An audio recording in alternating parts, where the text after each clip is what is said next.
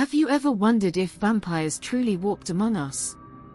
Beyond the stories, beyond the folklore, could there be real, bone-chilling accounts of people so terrifying, so bloodthirsty, that they are remembered centuries later as true vampires? History holds secrets more haunting than fiction. From tyrannical rulers to mysterious noble women, these are the 5 most terrifying vampires in history, figures whose thirst for power, vengeance, or blood knew no bounds. 1. Vlad the Impaler, the real Dracula. Our journey into darkness begins with a name that has haunted history, Vlad III, known as Vlad the Impaler. You may know him as the inspiration for Dracula, but his life story is far more gruesome than any Gothic novel could capture. Born in 1431 in what is now Romania, Vlad ruled the region of Wallachia with an iron fist. During his reign, he earned the nickname Impaler for his preferred method of punishment, impaling his enemies on massive wooden stakes, leaving their bodies displayed for all to see. In 1462, when Ottoman forces attempted to invade his land, Vlad's response was horrifying. He orchestrated what would become known as the Forest of the Impaled, a spectacle of thousands of Ottoman prisoners, their bodies gruesomely displayed on stakes stretching for miles. Some reports say there were over 20,000 bodies, impaled alive, twisting in agony under the scorching sun, all as a warning to invaders. The sight was so shocking that the Ottoman Sultan himself reportedly turned back, refusing to engage in a land ruled by such a monster. But Vlad's terror didn't stop with his enemies. He was known to dine among his impaled victims, and, some say, even dip his bread in their blood. His brutal rule and love for blood solidified his place in history as one of the most terrifying figures ever to hold power, a true vampire of his time. 2. Elizabeth Báthory, the Blood Countess. Next, we turn to Hungary in the late 16th century, where one of history's most infamous women lived, a noblewoman named Elizabeth Báthory, better known as the Blood Countess. Elizabeth was a wealthy and powerful woman, but beneath her elegant appearance lay a horrific obsession. Rumors of her cruelty began circulating in the villages surrounding her castle. The locals whispered that young girls who went to work at the Báthory estate rarely returned. Elizabeth believed that blood held the key to eternal youth. Obsessed with her appearance, she allegedly began torturing young servant girls, draining them of their blood, and bathing in it, hoping it would keep her youthful forever. This wasn't mere vanity. Elizabeth reportedly inflicted unspeakable horrors on her victims, subjecting them to mutilation, freezing, starvation, and more before finally claiming their lives. By the time authorities investigated her crimes, over 600 girls were rumored to have been killed within the walls of her castle. When she was finally arrested, Elizabeth's noble status spared her from execution, but she received a punishment nearly as horrifying. She was bricked up inside her castle, sealed into a room with only small openings for food and air, where she eventually died. Elizabeth Báthory's story is one of insatiable vanity turned monstrous, a legacy that still echoes in whispers across history, a true countess of blood. 3. Peter Plogojowitz, the peasant vampire. But vampires were not always aristocrats or royalty, some came from the most ordinary villages.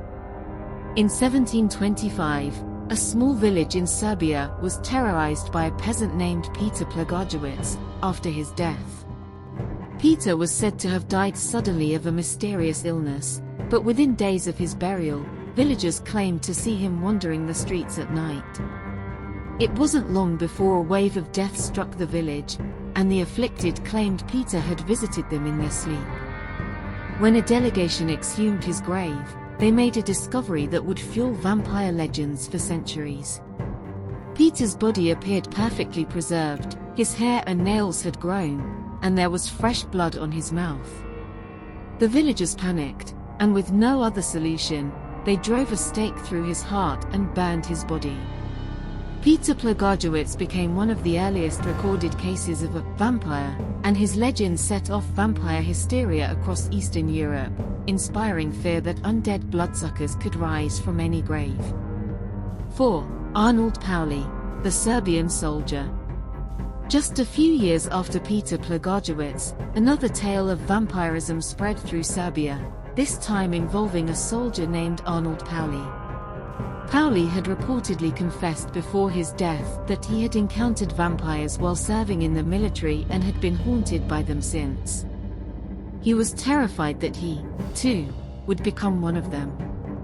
Not long after his sudden death, villagers began seeing him wandering the area at night, and soon after, people started to fall ill and die. When Paole's grave was opened, his body, like Peter Plogojowitz, was found to be preserved with fresh blood in his mouth. Terrified, the villagers hammered a stake through his heart, but the deaths didn't stop. They believed Paole had infected others, so they exhumed and staked his suspected victims as well. Arnold Paole's story, along with Plogojowitz, fueled the European vampire hysteria of the 18th century and influenced vampire lore in both literature and folklore. In these tales, vampirism was seen not as a curse but as a terrifying infection that could spread uncontrollably. 5. Fritz Haarmann, the Vampire of Hanover. Our final figure is neither noble nor mythical.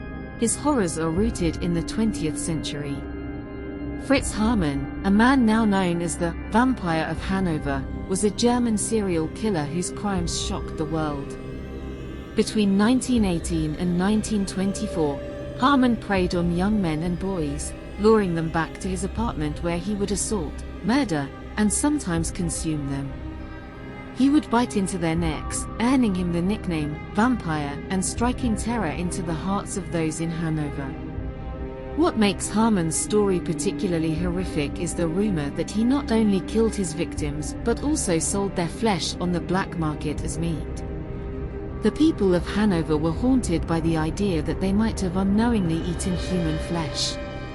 Haarmann's reign of terror ended when he was arrested in 1924, convicted of at least 24 murders, and executed by guillotine. Haarmann's story is a reminder that monsters don't only live in the shadows of the past, some walk among us in the light of modern times, hiding their horrors behind a mask of normalcy. These figures may be centuries apart, but each one left a legacy soaked in blood and terror. They haunt history as echoes of humanity's darkest desires and the terrifying potential for cruelty in the human heart. The legends of vampires did not arise from mere folklore, they sprang from tales of real people, those who, driven by vengeance, fear, madness, or something even darker, left scars on history. Vampires may be legends, but in these stories, we see the truth of what humanity fears most, the monsters that dwell not only in stories but within us all. Please don't forget to like the video and subscribe to the channel for more content. Until next time.